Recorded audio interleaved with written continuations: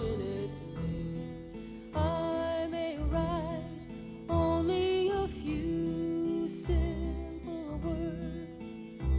The rest your own lives must teach you, even as mine taught me. It was a queer, sultry summer, the summer they electrocuted the Rosenbergs. The idea of being electrocuted makes me sick, and that's all there was to read about in the papers. Goggled-eyed headlines staring up at me from every street corner, and at the fusty peanut-smelling mouth of every subway. Ever since I could remember, I'd wished I'd been lucky enough to be alive at a great time when something big was going on, like the crucifixion. And suddenly I realized that it was. I was living through another crucifixion. Here was something to paint. I remember the evening in June 1953 when Julius and Ethel Rosenberg were executed. There was a big meeting, and I still remember the scene and the big red sun going down in the city streets. I wanted to paint it, but I never got to it. It was too much for me, too emotional. Rouault would have painted a scene like that.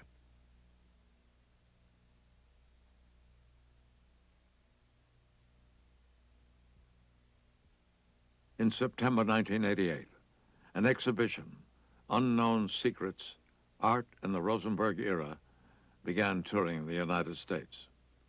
It includes 60 works of art and a book featuring 20 excerpts from literature.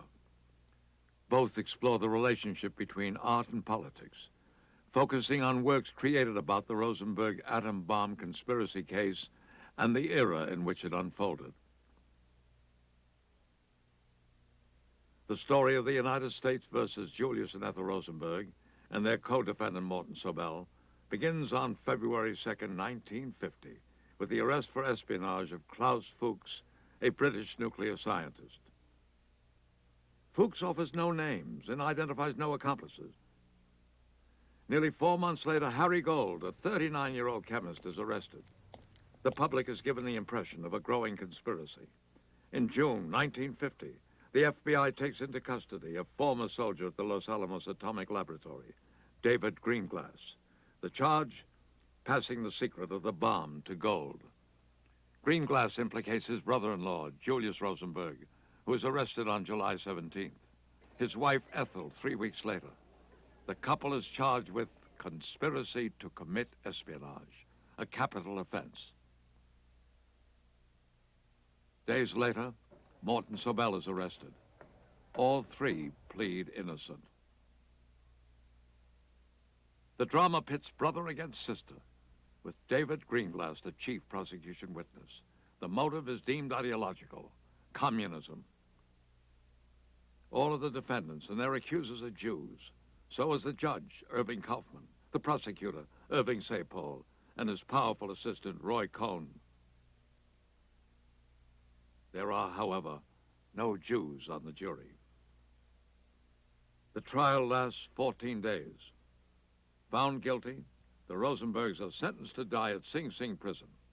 Sobel is given 30 years. The Rosenbergs are electrocuted just before sundown and the start of the Jewish Sabbath on June 19, 1953. The only Americans ever executed for espionage by judgment of a civil court.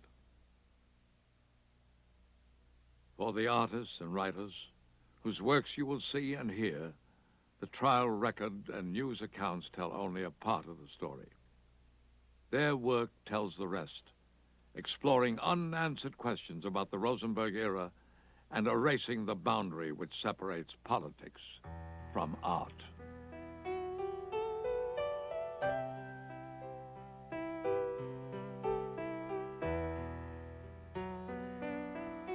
Toward sunset on the West Side Highway, the mindless traffic monster stretching itself downtown toward Brooklyn, where I was heading my Ford station wagon, although where I was coming from is lost in my mind's dust.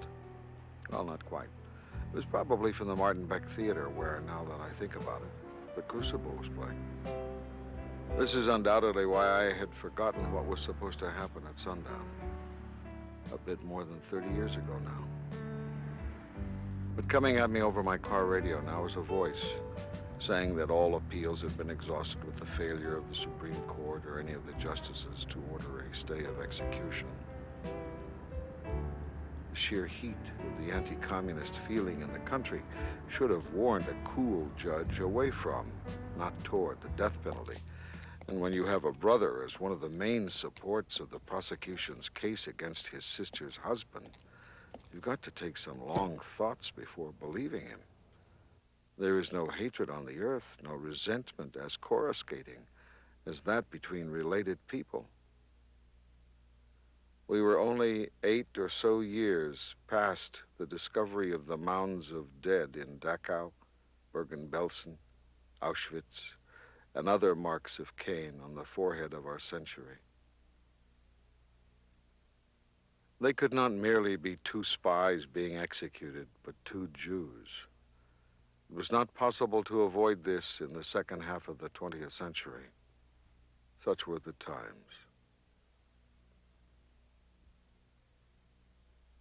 Ethel and Julius Rosenberg were victims of American anti-communist panic and McCarthyism, who were charged in the 1950s with conspiracy to commit espionage. They were urged to plead guilty to save their lives, but they insisted on their innocence. Ethel Rosenberg was offered her life if she would confess, and was pressured to do so as her maternal responsibility to her 2 young sons. As a deeply loving mother, she refused to plead guilty. And the fact that I absorbed this thing inside of me, it says, well, you gotta do painting. And that's how I started the paintings. On the basis of being drawn into it, feeling it, understanding it, I work that way, I don't know. Anything I feel deeply, it comes out as a painting later on. They were killed because of their ideas of books. That's what it's all about. They weren't killed because of Rosenberg. They were killed because they were thinking people. And we noticed in the homes of the Rosenberg, the book readers, the book readers, the book readers, the book readers, book readers, book readers. So they really were killed for ideas. I was particularly interested in Ethel, which surprised me when I began thinking about it. I thought of them as a pair, but after a while I realized that Ethel was put in a very special position because she was a woman in the 50s who operated in the public world. She was demonized and treated as some kind of monstrous being who set the world upside down and violated hearth and home by taking a place in the public. After the years wiping china clean, pouring coffee from your breasts in a flowered dress, typing at night his letters, incantation at the typewriter. Let me be, let me speak, let me be. And you heard the current coming, like the sound of typewriter keys, like rain. You sang incantation in the electric chair and burned like Joan, slowly, with your feet on the ground. The charges against you never did make sense. Did you steal a bomb or merely type a letter? Only your daydreams made sense. There you sang opera. Otherwise, you were a woman who never could please her mother, who learned to type, who finally married a personal revolution, the man who, they claimed, filmed documents on his secret table. I picture you in your 3-room apartment, a woman singing snatches of arias to yourself as you set the table, loving and hating the house. I know the type. Scraping and rearranging, refusing to take things easy, foreboding washes over you, an extra sense. Mopping the floor, you dream of revolution. The Rosenbergs really kind of crystallize and reveal an essence of very fascistic, very reactionary forces within the government. And that's why I tried to structure the piece to include the Rosenbergs as an icon, as a reliquary, and they're being crucified in a sense with the nails, but also to include the other issues of the times. They're surrounded by the bomb. They're surrounded by the symbol of the military-industrial complex, the men with the business suits. For me, using a bus shelter image was a way of kind of staging what I wanted to do, a kind of decoy. You know, it looks like a kind of conventional object. It functions kind of like a conventional object, but then it's also about something else. So for me, the bus shelter, there's a bench. It offers a certain kind of comfort. There's shelter. There's a reason for people being there. So it's a site of gathering. It's a site of being, and then it becomes a site of something else in a way. It suddenly occurred to me that only 13 years had gone by, but we'd largely forgotten the case. I had forgotten the case. It was a major event in my life when I was graduating from college. It was Korean War days, and I was headed into the military. And my mind was very much on it at the time, and somehow it had all disappeared somehow. So there's a very strong tendency in the culture to forget history, to erase history, and then of course to rewrite it once it's forgotten. And I think the show puts a stamp of, saying that we remember. I had already sort of organized it in my mind to be a series of circus events. It was going to be kind of the climactic event of the American circus. I had scouted about for the right kind of master of ceremonies and finally decided Uncle Sam would be my principal MC, and everyone else would be real people putting on their show for the nation in Times Square. They are tried, found guilty, and on April 5th, 1951, sentenced by the judge to die, thieves of light to be burned by light in the electric chair. Then, after the usual series of permissible sophistries, the various delaying moves and light-restoring counter-moves, their fate, as the U.S. Supreme Court refuses for the sixth and last time to hear the case, locks its doors, and goes off on holiday, is at last sealed, and it is determined to burn them in New York City's Times Square on the night of their 14th wedding anniversary, Thursday, June 18th, 1953. There are reasons for this: theatrical, political, whimsical. Many believe, moreover, that such a communal pageant is just what the troubled nation needs right now to renew its sinking spirit. Something archetypal, tragic, exemplary. Done right, it could bring a new excitement into the world, lift hearts, get things moving again.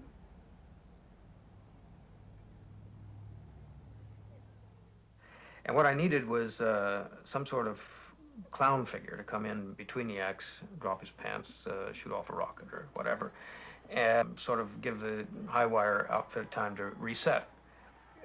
While looking for that person, my hero got himself elected president. And it occurred to me that since Nixon had been vice president in that era, one of the great pro-McCarthy figures, he made my perfect central narrator. I moved quickly, caught most congressmen napping, got most of the headlines, and deserved them. Nah, Dick Nixon knew what was going on all right and was quick to say so. And even though finally I didn't have all that much to do with the Rosenberg case itself, I always felt that indirectly, anyhow, it was my baby. All the more so when you consider that it was my successful pursuit of Alger Hiss which had given courage and incentive to the entire nation, made communism a real issue, restored the dignity and prestige of HUAC, changed the very course of America and the free world, and ultimately had made these electrocutions possible. To hell with your goddamn McCarthy era. I'm the one. I'm the one.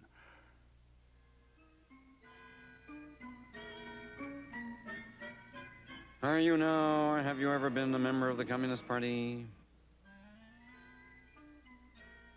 I have here in my hand a list of 205 that were known to the Secretary of State as being members of the Communist Party. Communist man is a brute, ideologically trained. He is immune to the emotions of pity, sorrow, or remorse. He is truly an alarming monster, human in physical form, but in practice, a cynically godless and immoral machine. I used to paint in the front foyer, and we would get regular visits at that period from the FBI. And I decided at that time to paint a picture of the FBI visiting us. And that was and they would come regularly as I was in the process of painting it. And I would open the door, and the painting was there. It was during a period that the FBI was regularly making visits to people's houses, and we were made to feel as if we were overthrowing the country. Reds lose. Redbirds lose. Tigers beat the Reds. Reds lose. It's always Reds all the way down the line. So all the news, paper headline, Reds, Reds, Reds. So you had a whole period of McCarthy, which I call the gray days. And I remember, I think the Cincinnati Reds were going to change their name to something else. They didn't want to wear Red stockings. You know, it was a kind of strange period. And it had that tremendous effect.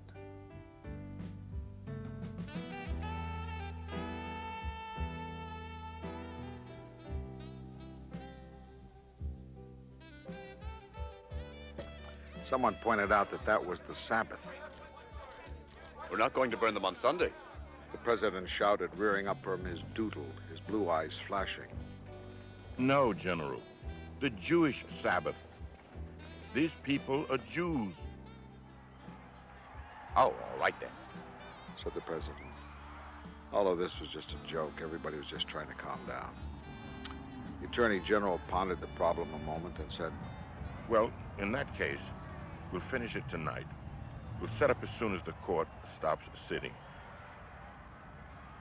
Before sundown, someone said. It starts at sundown, their Sabbath. Right. Sundown, thanks.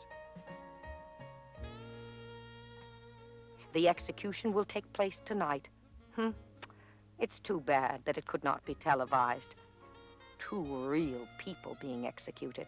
Well, no matter. The largest emotional reaction over the United States will be a rather large, democratic, infinitely bored, casual, and complacent yawn. Well, the Rosenberg case obviously touched a nerve, a conscience among American artists, very much like the Sacco and Vanzetti case, like the Scottsboro case, and much earlier, the Joe Hill case. Not so much because a belief that they are innocent, but because of the cruelty of the vengeance which was meted out against the Rosenbergs, very similarly as it was meted out on Sacco and Vanzetti. We all remember what Judge Palmer said the day after they were executed. Did you see what we did to the anarchist bastards? Now, Judge Kaufman was a little bit more circumspect and more civilized, did not say that, but it was probably in the same vein that they were sentenced to death. So it was basically vengeance by those who were defending the existing privileges, the order, against those who were trying to change it. One day I just sat down and wrote the opening scene, which is between Ethel and their lawyer, Emanuel Bloch. And I wrote it in the first person, in her voice. I heard her voice in my head. And I essentially felt I was taking dictation. I heard her voice very clearly, and it was not my usual writing voice. I'm one of the world's great dreamers, along with Marx, Moses, Lincoln, also God. Like here now in Solitary, the death house at Sing Sing. Sometimes I feel as though it's all happening to me in a play, and I'm in the audience watching myself perform. Sometimes I am so angry I shake. Or is it fear? And yet part of me sits back and watches it happen as though it's happening to someone else, a woman I once knew and haven't seen in years. Traitors! Traitors, Judge Kaufman screams at us that day in court. I'll never forget it. Gave away the secret of the atom bomb to the Russians. Responsible for 50,000 deaths in Korea, maybe more. Me, a traitor? Eddie Greenglass from Seward Park High? But I look at myself in this schmata and I ask myself, what am I doing here? When I should be home fixing dinner for Julie and the kids. How did I get from my kitchen here? What am I going to do?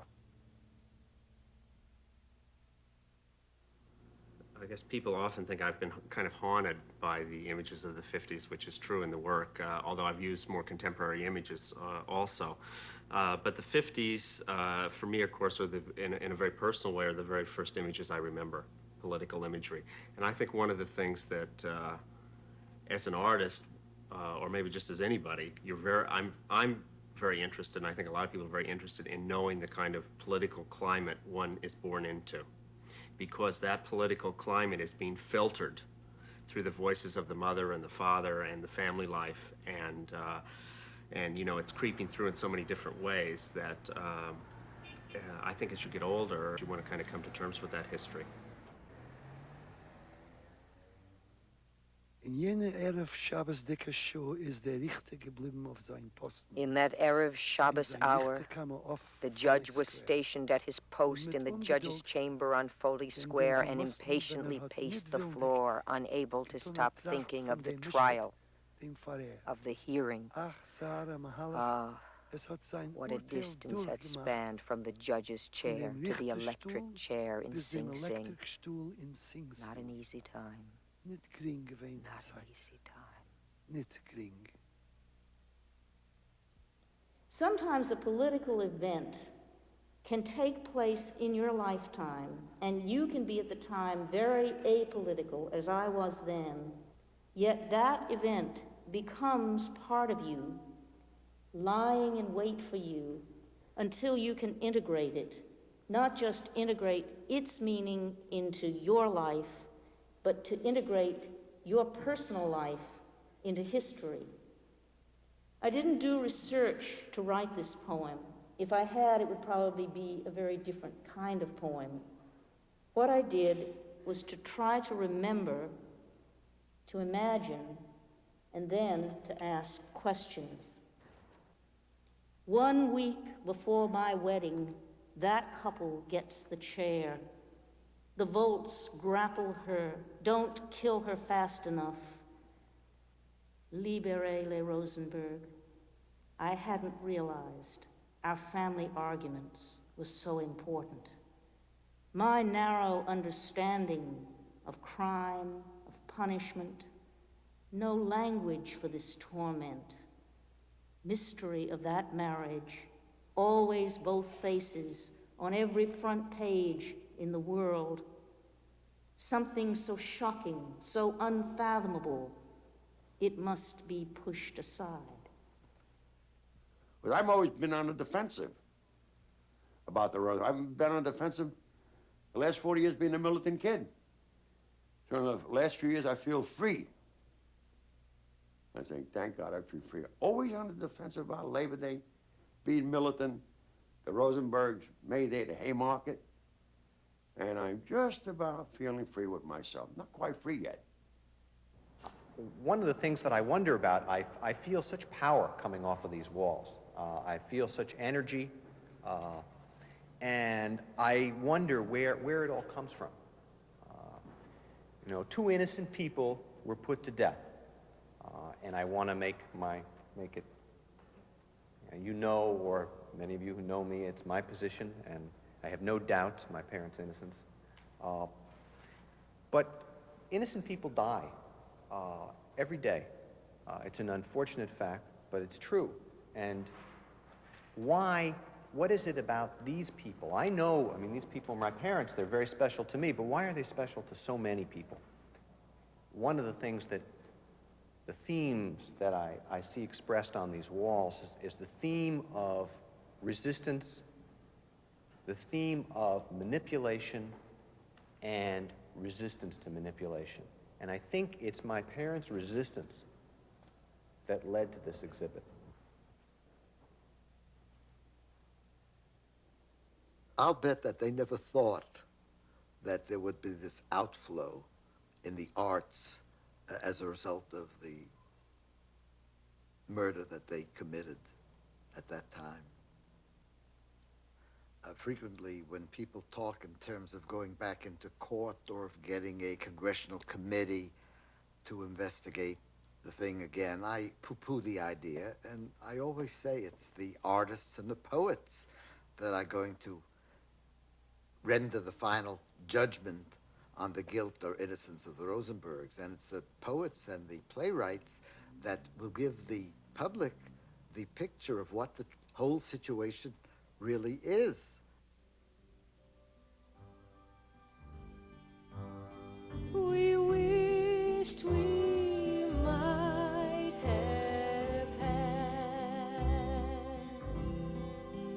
the tremendous joy and gratification of living our lives out with you. Your daddy, who is with me in these last momentous hours, since his heart and all the love that is in it for his dearest boys, always remember